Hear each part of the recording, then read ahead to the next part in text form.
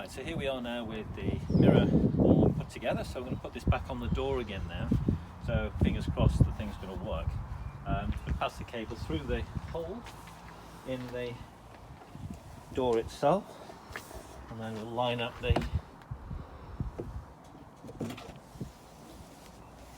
locating bolts. Just hold that in place while I start one of them off. Otherwise you can come around here and have a little look. I'm just putting these bolts back on again, and it's not a bad operation this, to just put them in. I can bring them on as far as I can go until they're sort of finger tight, and then that holds that on until I put the other few on.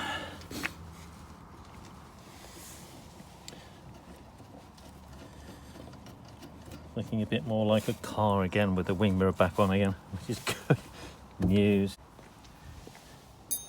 We'll just tighten this back up again. Save the point of having to strip the door again in case I've got to get back into it all over again, which we're hoping we don't have to, because we want this to work.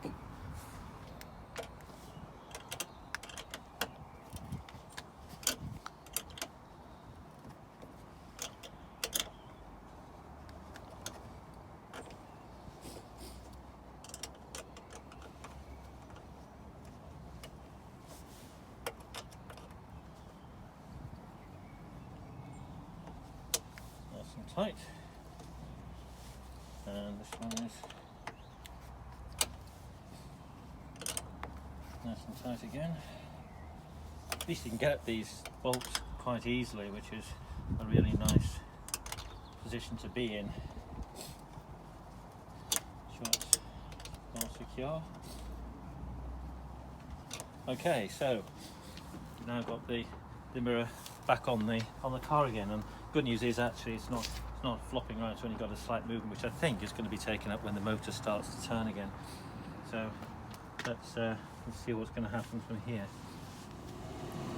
Right, so now I've got the wing mirror mounted onto the door. I put the mirror glass onto the mirror frame, and it's all connected up now. And when I came to turn the knob for folding the wing mirror back and forth, that's folding it in and out again, everything seems to be working well. So hey presto, job done.